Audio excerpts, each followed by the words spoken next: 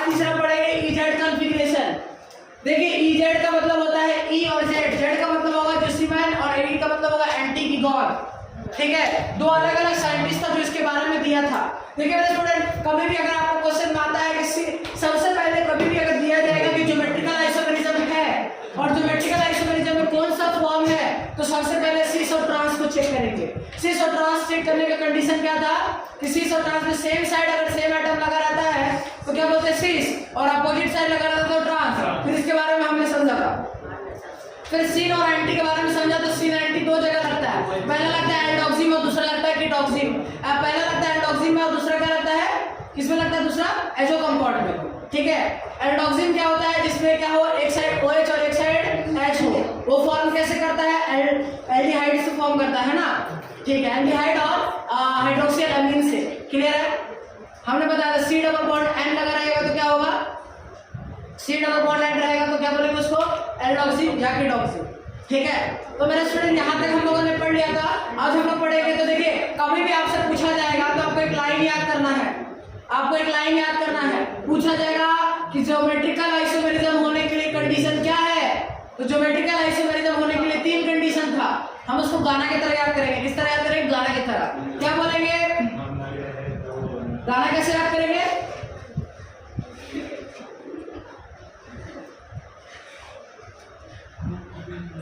Rotation absent. कैसे याद करेंगे, देखना ध्यान से। रोटेशन एब्सेंट, डिफरेंट एटम पर डिफरेंट कार्बन पे सेम एटम लगा होना चाहिए।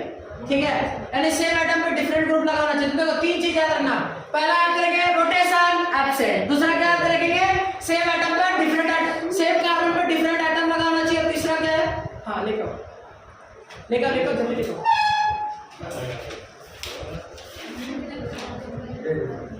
एक दे दिए तो सर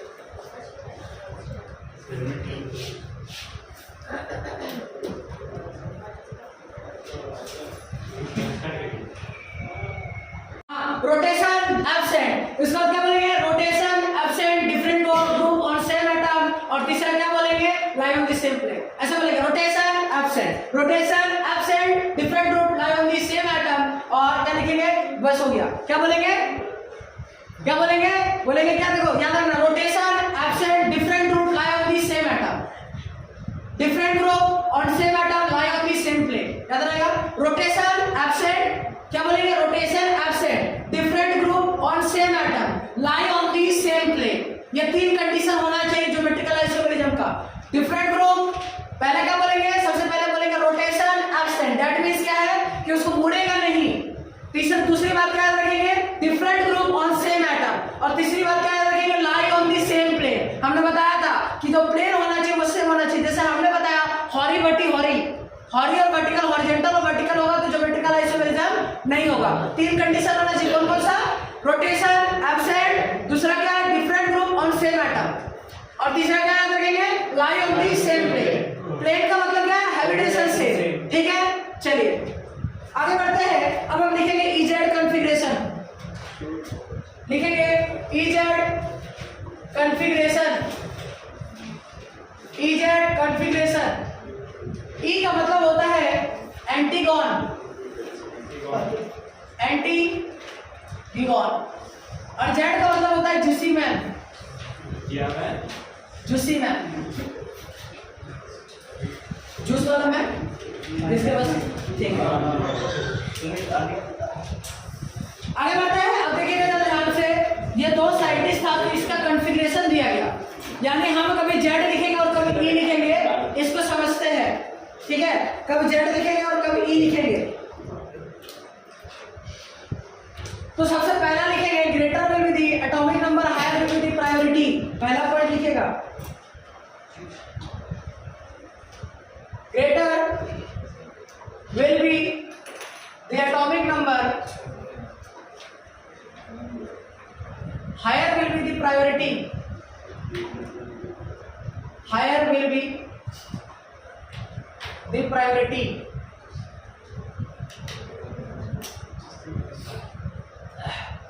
दूसरी बात लिखेंगे,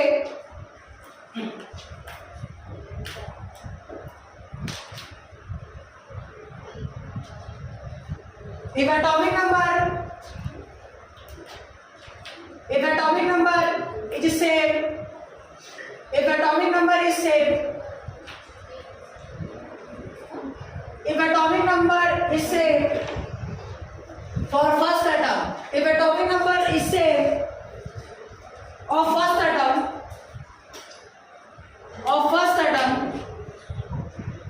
if atomic number is same for of first atom, then check second atom,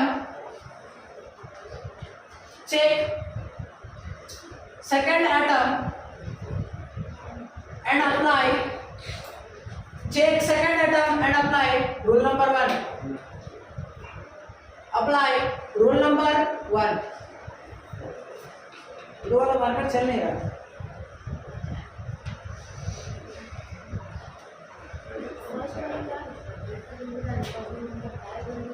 priority order बताएंगे, मतलब बताएंगे, सब तो बताएंगे। एन मतलब एटॉमिक नंबर।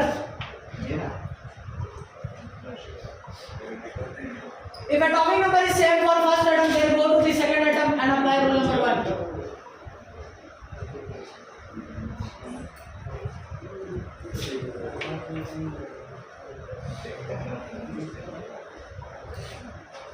तीसरा पॉइंट लिखेंगे, in case of isotope,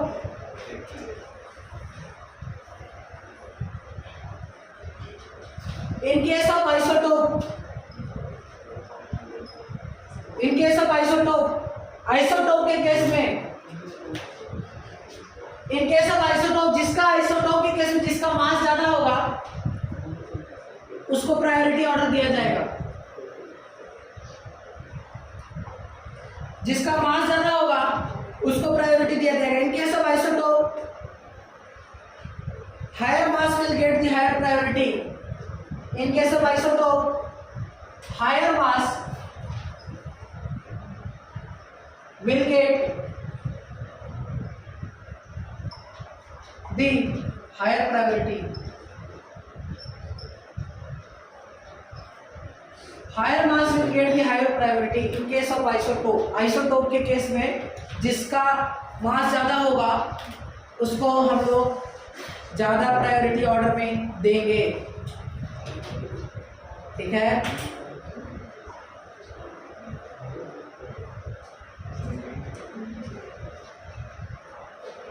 note करिएगा।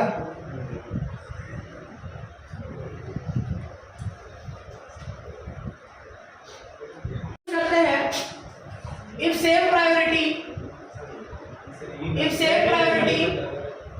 sorry, Z का लिखवा रहे हैं। अच्छा, ये सेम प्रायोरिटी लिख लो। E का लिखेगा तो क्या लिखेगा? Same priority present in opposite side. If same priority present in opposite side, अगर सेम प्रायोरिटी ऑर्डर वाला जो एटम होगा, बात नहीं करो, सेम प्रायोरिटी वाला ऑर्डर जो होगा वो अपोजिट साइड प्रेजेंट होता है तो उसके लिए हम यूज करेंगे ई। और यदि सेम प्रायोरिटी वाला, इफ सेम प्रायोरिटी वाला एटम, सेम प्रायोरिटी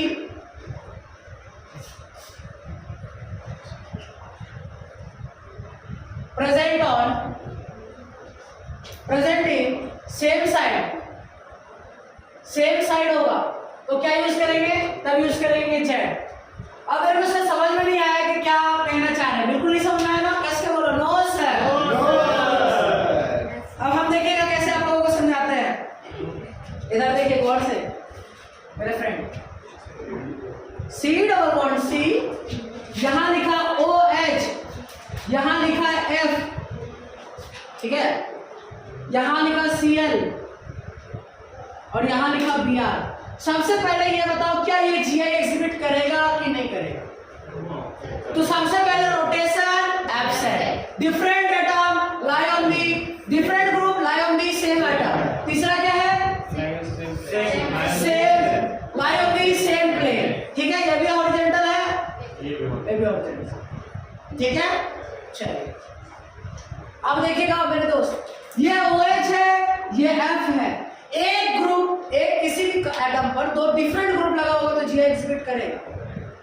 ये देखो O और H दो डिफरेंट ग्रुप है, तो यहाँ पर हमने देखा कि कि Cl और Br में डिफरेंट डिफरेंट है, इनमें चारों का चारों ग्रुप डिफरेंट है, इसीलिए हम सिस और ट्रांस नहीं लगा पा रहे हैं।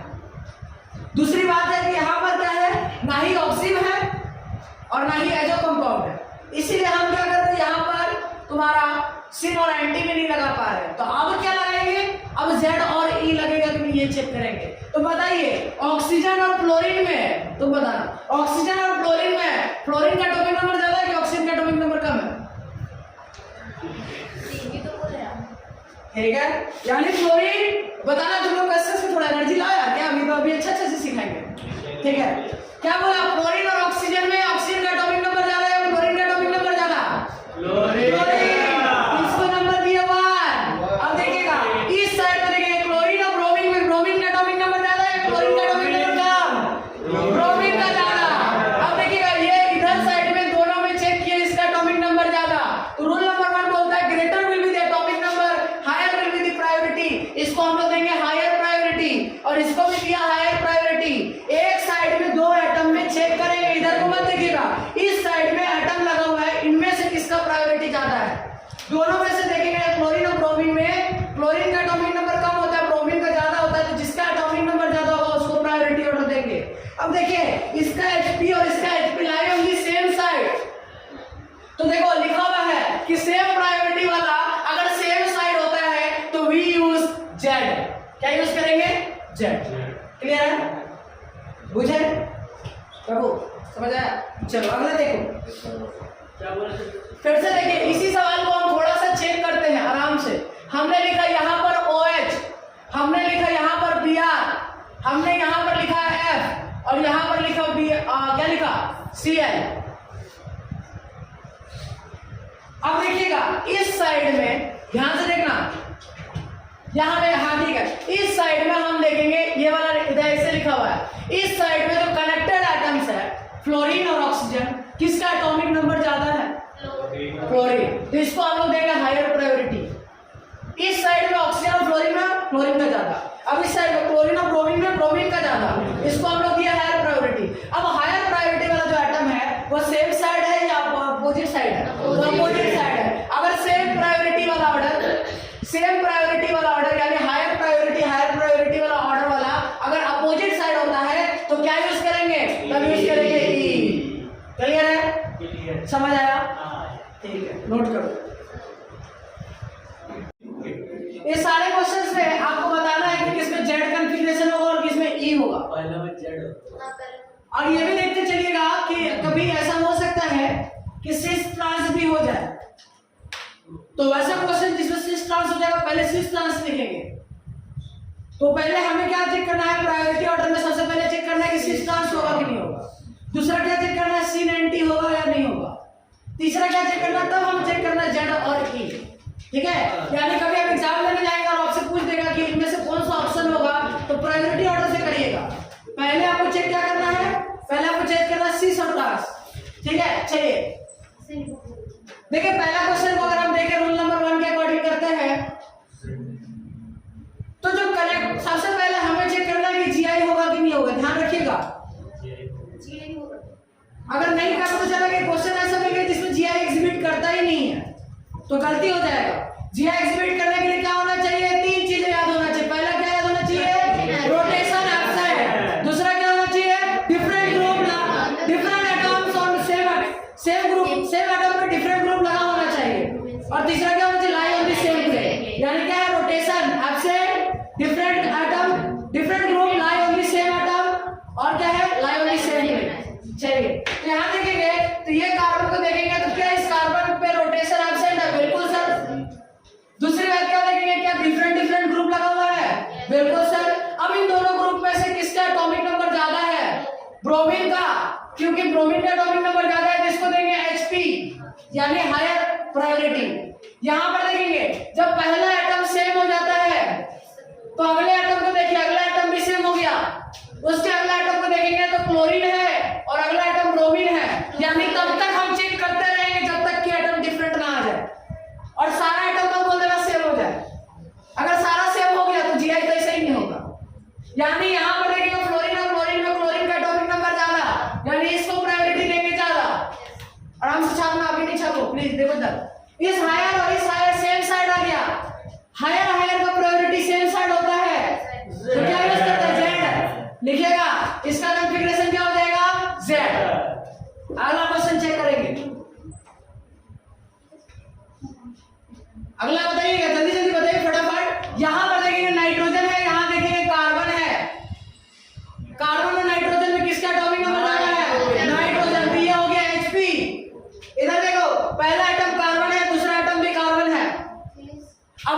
कंफ्यूजन देखना है कि सर यहाँ नाइट्रोजन है और यहाँ पर हाइड्रोजन है। देखिए मेरे स्टूडेंट, कभी भी आपके प्रायोरिटी ऑर्डर में मल्टीपल बॉन्ड आता है तो हमने लिखवाया है कि मल्टीपल बॉन्ड जब होगा तो मल्टीपल बॉन्ड को प्रायोरिटी ऑर्डर ज्यादा देंगे। यानी मेरे स्टूडेंट, जिसका प्रायोरिटी ऑर्डर जो हो जाएगा ज्यादा हो जाएगा। कंडीशन क्या है कि दोनों में लगा हुआ एटम सेम होना चाहिए। इसमें भी लगा हुआ एटम नाइट्रोजन और इसमें भी लगा हुआ नाइट्रोजन है। यहाँ कार्बन नाइट्रोजन के बीच बॉन्ड सिंगल है और यहाँ पर बॉन्ड 3 है। अगर लगा हुआ एटम सेम होगा तो बॉन्ड को चेक करेंगे, बॉन्ड जहां ज्यादा होगा उसका प्रायोरिटी ऑर्डर ज्यादा होगा। यानी ये HP और ये HP सेम साइड है, यानी यूज करेंगे Z। अगला देखते हैं मेरे स्टूडेंट, इस टाइप का सवाल को कैसे सॉल्व करेंगे। ये वाला कहीं GI एग्जिबिट करेगा, बताओ। इनमें से देखेंगे कार्बन है और इसमें भी कार्बन है। अगला आइटम क्या है, ऑक्सीजन है। अगला आइटम क्या है, हाइड्रोजन। यानी इसको प्रायोरिटी ऑर्डर ज्यादा देंगे। ऐसे भी इसमें डबल बॉन्ड है, डबल बॉन्ड को प्रायोरिटी ऑर्डर ज्यादा देंगे। अब इस साइड देख लो, इस साइड में जब भी ऐसा कोई साइक्लिक कंपाउंड आ जाए ना तो अपने मन का आंखों से इसको ब्रेक करके देखो, यहाँ पर लगा हुआ ग्रुप क्या, यहाँ पर लगा हुआ ग्रुप सेम है क्या, नहीं है। अब देखो यहाँ पर पहले कार्बन था, यहाँ भी कार्बन, दूसरी बार में भी कार्बन है, यहाँ कार्बन है। इसके आगे क्या होगा, इसके आगे हाइड्रोजन होगा, लेकिन इसके आगे क्या रस्सी है, तो प्रायोरिटी ऑर्डर इसको देंगे। तब तक चेक करेंगे जब तक कि डिफरेंट रहा है। सेम हो ही नहीं सकता, अगर सेम हो जाए तो जी एग्जिबिट नहीं करेगा। ठीक है, तब देखिए ये HP और ये HP कैसा साइड है, अपोजिट। अपोजिट होगा तो क्या यूज करेंगे, ये क्वेश्चन लो, बना लोगे, बताओ जी इसका आंसर बताओ। इन दोनों में से किसका प्रायोरिटी ऑर्डर ज्यादा होगा, इसको दे दिया हायर। इनमें किसका हो जाएगा, इसका हो जाएगा। पहला एटम पे कार्बन और हाइड्रोजन है, पहला एटम पे कार्बन के साथ क्लोरीन भी है, यानी इसका प्रायोरिटी ऑर्डर ज्यादा है, तो क्या आएगा। चलिए समझ आ गया, बहुत बढ़िया, नोट करिएगा। करेंगे, ठीक है। देखिएगा physical properties of GI, physical properties of GI, physical properties को कल हमने क्लास में चिल्ला चिल्ला के बता रहे थे कि फिजिकल प्रॉपर्टीज का क्या खेल है। कल हमने क्लास में बताया था कि बॉइलिंग पॉइंट में डिफरेंस आ जाएगा, लेंथ में डिफरेंस आएगा, तो जो वीडियो में ट्रेंड में चल रहा है कल, यानी कल क्लास नहीं, यानी जब क्लास हुआ था ना, कल ही क्लास नहीं हुआ था, ऑफलाइन की बात कर रहे हैं, कल नहीं परसों हुआ था। तो जब केमिस्ट्री क्लास हुआ था तो उस दिन हमने बताया था, नहीं आता है क्या, अरे याद नहीं आया क्या, अभी ट्रेंड में चल रहा है ना, तो क्या बोला, हाँ, तो फिजिकल प्रॉपर्टीज में सबसे पहले देखते हैं बॉइलिंग पॉइंट को,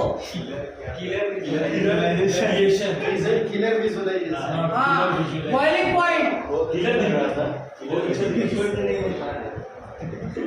बॉइलिंग पॉइंट समझने वाले लोगों के लिए सारा ही काफी है, ठीक है। बॉइलिंग पॉइंट जो होता है वो directly proportional to molecular weight होता है। बॉइलिंग पॉइंट किसके बराबर होता है, मॉलिक्यूलर वेट के बराबर, यानी जिसका मॉलिक्यूलर वेट ज्यादा होगा उसका बॉइलिंग पॉइंट ज्यादा होगा।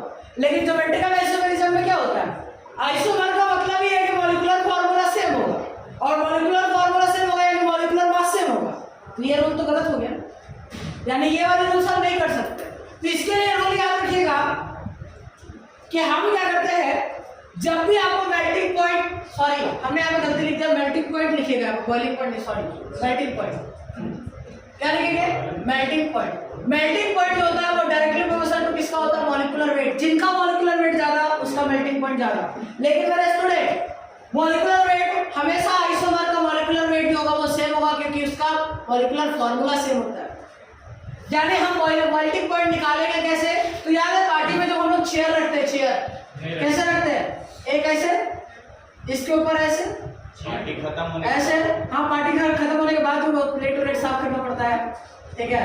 यानी यहाँ पर ऐसे करके रखेंगे, चेयर उठा के रखते हैं। इसमें काफी ज्यादा इंटरेस्ट आता है कि अगर पहाड़ बनाते हैं, हम सबसे ऊंचा पहाड़ बनाएंगे, ठीक है, और उसके ऊपर चढ़ के बैठेंगे। तो देखिए मेरे स्टूडेंट, अब यहाँ पर हम जब देख रहे हैं तो इस फॉर्म को कुछ नाम देते हैं, चेयर फॉर्म को ही हम लोग ट्रांसफॉर्म बोलते हैं। हमने पिछले क्लास में बताया था कि देखो बाबू ट्रांसफॉर्म ऐसे होगा, एक ग्रुप ऊपर साइड, दो ग्रुप दूसरा ग्रुप नीचे साइड, तो चेयर फॉर्म को क्या बोलते हैं, ट्रांसफॉर्म। याद रखिएगा ट्रांस आइसोमर का मेल्टिंग पॉइंट जो होगा, वो बॉइलिंग पॉइंट जो होगा, इसमें बहुत ज्यादा इसका ट्रांसफॉर्म का क्या हो जाएगा, ट्रांसफॉर्म का मॉलिक्यूलर वेट ज्यादा हो जाएगा। क्यों ज्यादा हो जाएगा? ट्रांसफॉर्म का मेल्टिंग पॉइंट हो जाएगा वो ज्यादा हो जाएगा। क्यों ज्यादा हो जाएगा ट्रांसफॉर्म का मेल्टिंग पॉइंट? बिकॉज इसलिए ज्यादा हो जाएगा क्योंकि इसमें हमेशा देख रहे हैं कि ट्रांसफॉर्म जो होता है वो ज्यादा स्टेबल होता है, बहुत ज्यादा वो कंपाउंड बना सकता है। इसीलिए याद रखिएगा ट्रांसफॉर्म हमेशा सिस फॉर्म से ज्यादा होगा, सिस फॉर्म से ज्यादा होगा। किस फॉर्म से ज्यादा होगा? सिस फॉर्म से ट्रांसफॉर्म का मेल्टिंग पॉइंट जो होगा वो ज्यादा होगा। कभी भी क्वेश्चन आएगा तो मेल्टिंग पॉइंट और बॉइलिंग पॉइंट से नहीं आएगा। सेकंड पॉइंट लिखिएगा बॉइलिंग पॉइंट। बॉइलिंग पॉइंट से डायरेक्ट चांस से जा सकता है, पर बॉइलिंग पॉइंट समझने से पहले हमें कुछ इंफॉर्मेशन को समझना होगा। सबसे पहले लिखिएगा पोलराइजेशन। What is polarisation? यहां पर केमिकल बॉन्डिंग का बेसिक इंफॉर्मेशन आना चाहिए। पोलराइजेशन समझने से पहले बेसिक इंफॉर्मेशन केमिकल बॉन्डिंग का आना चाहिए। तीसरी बात लिखिए डाइपोल।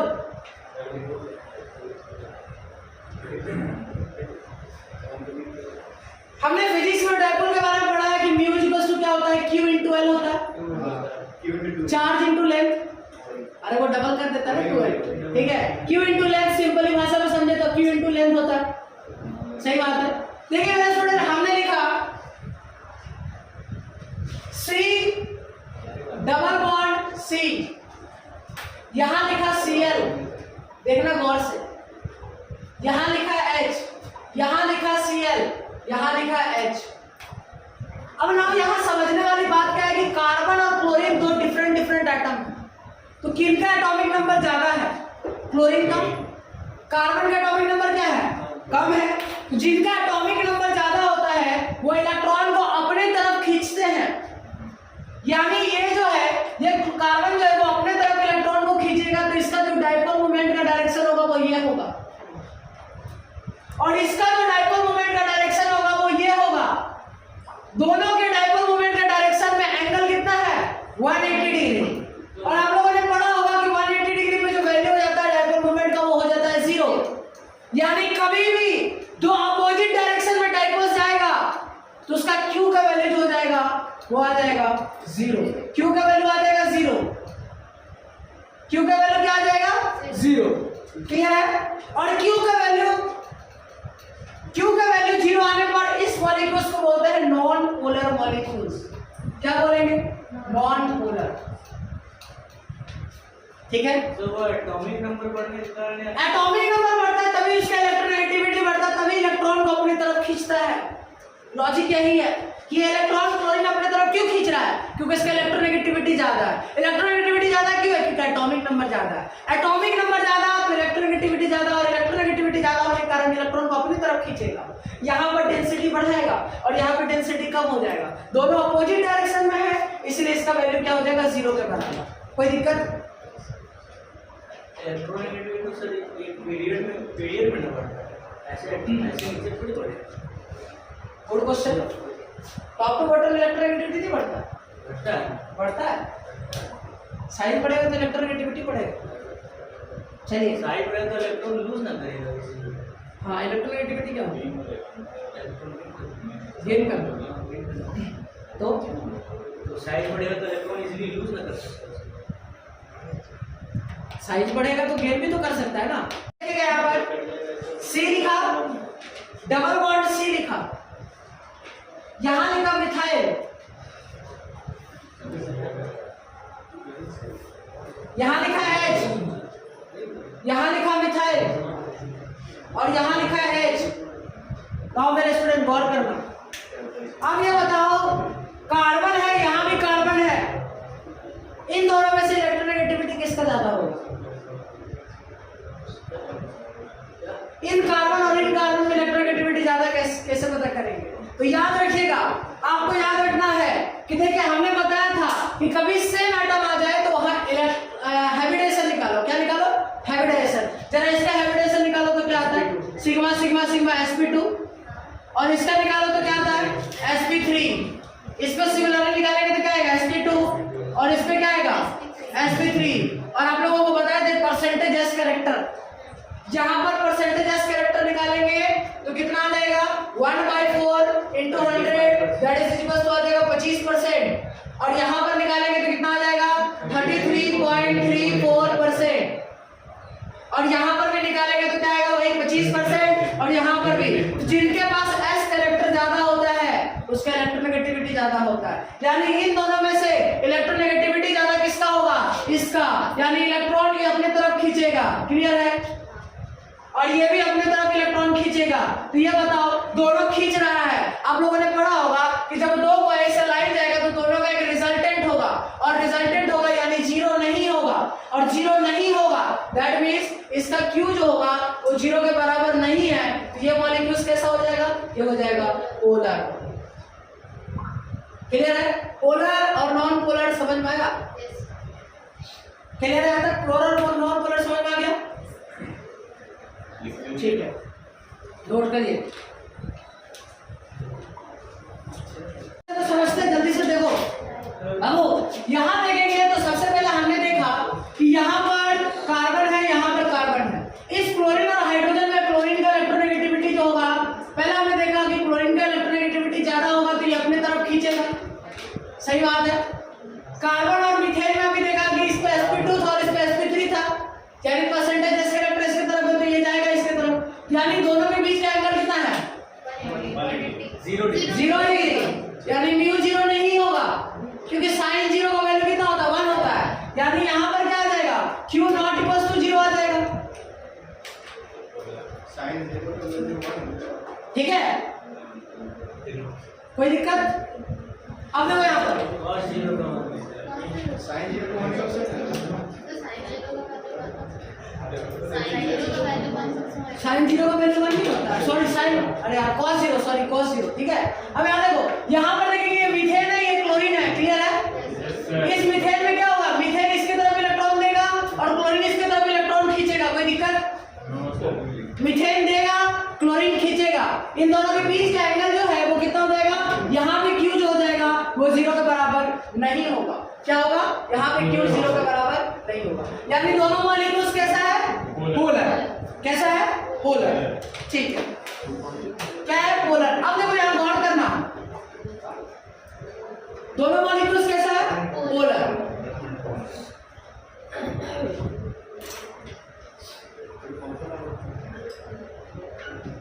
कैलकुलेशन ऑफ GI जल्दी से, हाँ, इसके बाद हाफ पेज छोड़ने के बाद लिखिएगा कैलकुलेशन ऑफ GI।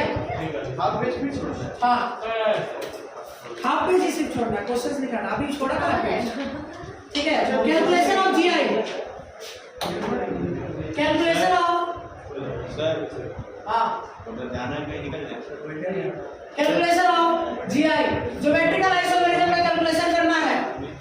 तो देखिए ज्योमेट्रिकल आइसोमेरिज्म कैलकुलेट करने के लिए दो कंडीशन होता है, पहला होता है अनसिमेट्रिकल कार्बन और दूसरा क्या होता है, सिमेट्रिकल कार्बन। अर्थ से लिखेगा पहला लिखेगा अनसिमेट्रिकल एंड, क्या लिखेगा, अनसिमेट्रिकल एंड, क्या लिखेंगे, अनसिमेट्रिकल एंड, जिसका एंड जो होगा वो सिमेट्रिकल नहीं होगा।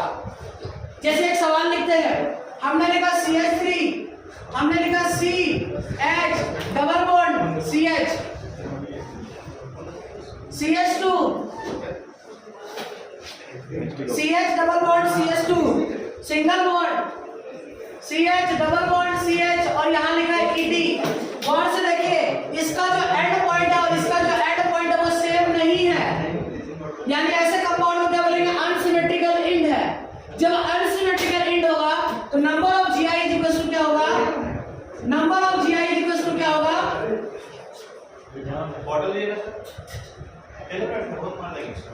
जाओ ना यार, तुम क्या कर रहे हो, हम थोड़ी कुछ कर रहे हैं। चलो। तो number of geometrical isomerism is equal to होगा 2 का पावर n, 2 का पावर n, और n का मतलब क्या है, n का मतलब वो एरिया है जहां पर ज्योमेट्रिकल आइसोमेरिज्म होगा। n का मतलब क्या है, वो एरिया है जहां पर ज्योमेट्रिकल आइसोमेरिज्म होगा। तो लिखिएगा number of location, number of location कितना है। तो देखिएगा, गौर करिएगा मेरे स्टूडेंट, अब हम देखेंगे क्या यहां पर ज्योमेट्रिकल आइसोमेरिज्म होगा, एक एरिया हो गया, क्या यहां ज्योमेट्रिकल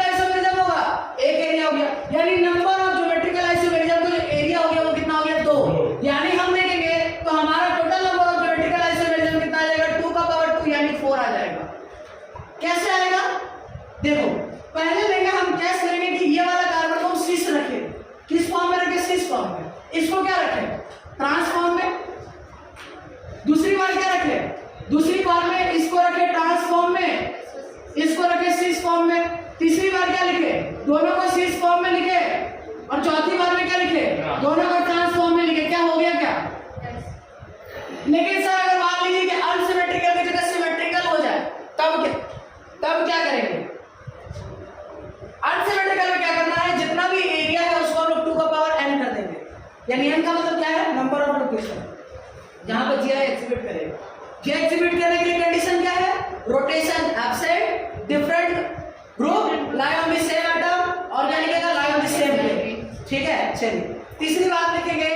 अब ये वाला केस के बाद हम लिखेंगे सिमेट्रिकल वाला।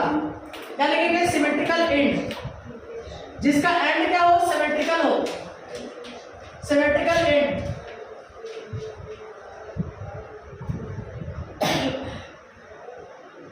सिमेट्रिकल एंड हो सकता है कि नेक्स्ट वीक जो आप लोगों का क्लास जो है वो ऑफ रहेगा, ठीक है, पूरा का पूरा।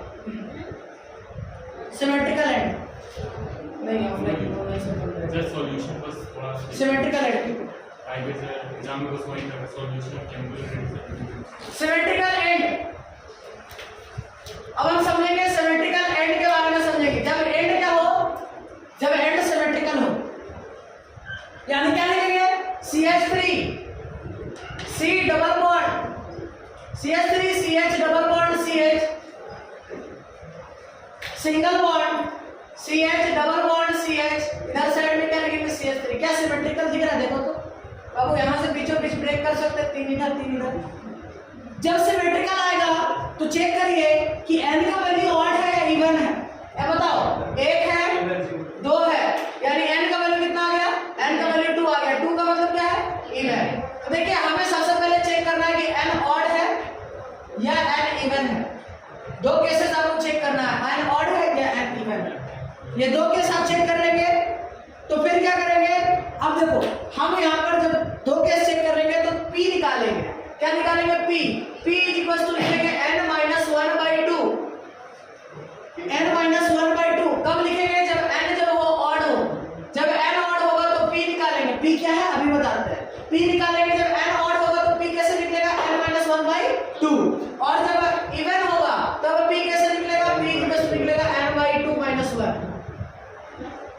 n/2 minus 1। अब हमें नंबर ऑफ GI निकालना है जिसका फॉर्मूला होता है 2 का पावर p माइनस 1 2 का पावर n माइनस 1 प्लस 2 का पावर p। ये होता है नंबर ऑफ GI निकालने का तरीका।